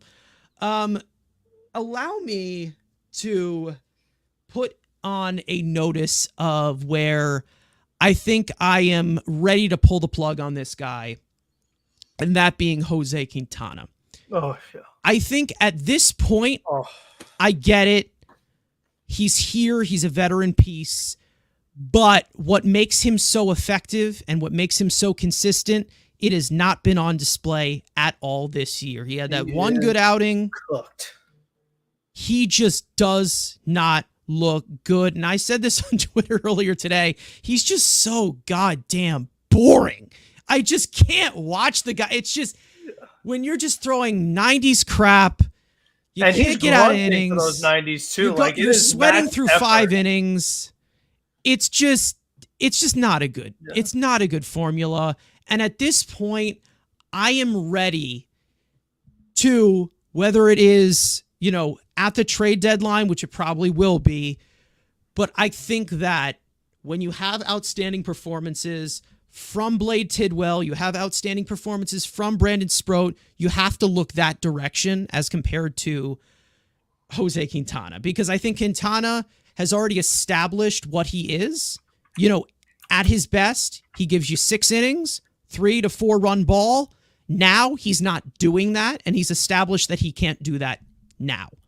And it sucks to say that 2 months into the season, but every single week, this guy is just laboring. The guy is just out there. Like, I feel bad. Like, I feel bad watching him because it looks like the guy just, like, he doesn't belong there. Like, he doesn't belong there anymore. And I see a lot of people saying, you know, like, he's turning into Carlos Carrasco. Carrasco, I'd say, was a little bit of a different thing because he was more focused on that velocity and that contact management. You know, with Quintana, it's more just all contact management. He needs to be able to throw strikes, and he doesn't have chaseable stuff. So it's just not a good formula if he's not on. And he needs that pinpoint. He does not have it. And I think we've seen enough of a sample as to where this guy, you know, your shortage on bullpen arms. If you want to move him to the bullpen, sure. I don't think that's going to do anything. But you already moved Adrian Hauser there. But I think that it's like, okay, it's coming to the point of that category of Max Scherzer, Justin Verlander, the Carlos Carrasco. These guys, they're old. They're too old. It's just enough. Their peak performance, it's been done. It's been done forth, and it's time to try something new. And that, I think that, you know, they did move Hauser to the bullpen, and I'm glad that they did that quick fix. But, you know, after the game today, after 4 innings of 4-run ball, walk in the ballpark there, stuff wasn't there whatsoever. Today, you know, I'm pretty sure in that interview, in the post-game interview that Jose Quintana said, he said basically, we have to find a way to close a game. You have to figure out a way to start a game, buddy. What have you been doing? Like, you've just been doing absolutely, I mean, it's just been a waste. It really has just been a waste of a start with him out there. And listen, it's every 5 days. Not everybody in the rotation is going to be perfect, but you got to give me something. We're asking for the bare minimum here. 4 innings, that's just putting us up to fail. I mean, that is one of the idea pieces of lack of length, and it's just taxing the bullpen. It's just going to continue to make this thing even worse. And I feel like pitchers like this, who are going 4, not even getting out of the 5th inning, they're going to cause more reliever injuries. That's what I'm really, really worried about, because the cause and effect, full on in effect with the Mets. We always see this. One thing happens, the domino effect. It just continues to trickle down, and it just becomes a disaster. So, Quintana, you're on watch right now. Your days are numbered, in my opinion. I hope that these are his last few starts coming up here. I hope that we get a prospect, give him a chance, especially with us, you know, far as out of the race as we are. But, you know, I think that the older guys, it's time for them to step down as compared to them stepping up and doing something that you just can't expect them to do anymore. You know, I think that's established. Anybody else, any performance you want to shout out, good or bad? No, nothing. And then I think we'll wrap this up. We'll answer a little bit of comments here. They are hitting the breaking ball, and he's given up too many home runs. And again, this is something that is a specialty with Jose Quintana. He's always been somebody who's limited this hard contact. He's always been able to not give up the home run ball. He's always been able to locate. Now, you know, we're almost at 2 homers per 9 now from this guy. I mean, it's getting bad. It's not doing well. And again, maybe Alvarez coming back could maybe help him, but I'm not putting much stock into making this guy such a great pitcher right now at 35 years old. I think that somebody else needs another chance.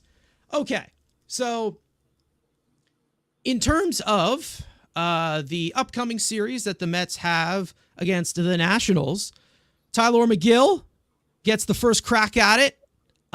So finally, a real ace on the mound. But going into this series, things that you guys want to see that are changed, parting words as per usual. Frank, I'll go to you. Start with you. Yeah, I mean, pretty soon we're going to be out of the country, so that's going to be interesting. And, they're facing a Washington team that's been playing better than expected. And, they were talking about how Washington is really good on the base pass, stealing a lot of bases. That's a scary thought against this Mets team. So, I'm not looking forward to going there. And it's going to be an interesting matchup for them just to see, if this is a problem that has improved at all. Because, it has a little bit, but it's not saying much when they literally weren't throwing out a single base runner. So it's going to be an interesting matchup for them. Definitely seeing not usual Washington Nationals team that's just very young. So I'm just intrigued by how that matchup goes. Have we played them yet this year? I don't think we have. Wow, that's weird because we usually play them twice at the beginning of the season. So I mean, obviously you're playing every team this year. Now, with the new schedule, but it's weird. CP, if you want to plug anything that you where people can find you, thank you for joining us today for this episode. It's been a blast. What do you think? It's been fun. I appreciate you all giving me the opportunity to come up here, talk some Mets baseball, regardless if it's win or loss. I'll be at a couple games this week. I am in the area, so I think a lot of people are underrated in Nationals. I'm not gonna lie to you. They've built this team after departing some of their big guys, right? Juan Soto, everybody really. They just cleaned house and they've done a nice job in terms of getting good pieces back. But yeah, Tyler McGill has a couple of good starts under his belt ever since coming off the IL, and we just hope that continues. But I appreciate it. If you all would like to subscribe to the YouTube channel at CPNYSports, make sure you do so. All the links are below for him, by the way, guys. All his links. yes, exactly. But Ranger season is done. Did a post game yesterday. That's sad. I chuckled at the Truba comment. That's kind of funny. I had to chuckle at that. But no, I appreciate it. Find me on X, Instagram, all that good stuff. Even the YouTube handle at CPNYSports. I appreciate it. This was a blast. All right. Frank, did I already went to We heard from me again. Yes, we did. Yeah, okay, we heard from you. Hearing plenty from me during the week. I'm losing my mind, as per usual. Okay. Well, I think that with the upcoming games in London, there has been a possibility where maybe Francisco Alvarez does play. Maybe he does return. I'm not counting on it. But, I think that, maybe let's just not try to embarrass ourselves with that one. Let's not try to suck ass in two different continents. That'd be cool. But I'm getting ahead of myself in terms of the Nationals. We know how pesky they can be. So, they got to really buckle down in terms of this. And Tyler McGill, legacy continues to be on the line for him. So, and you know what? I'm all here for it. We all know how I am. But other than that, thank you to CP again for joining us today in this episode. If you guys want to find more of him, all of his links are in the description. It's in the pinned comment in the chat right now to subscribe to his channel. All that good stuff is in the description, as for all of our individual links that are in the description, along with our co-host, Andrew, who is not here as well. But Frank, for me, and also his post games after every single game, again, no matter how bad the team performs, they continue to get longer and longer every single day, but I continue to let him go because it's been stressful. It's been a tough one. So other than that, we'll see you guys next time, and let's go Mets. Let's try to play better. Okay, see you guys next time.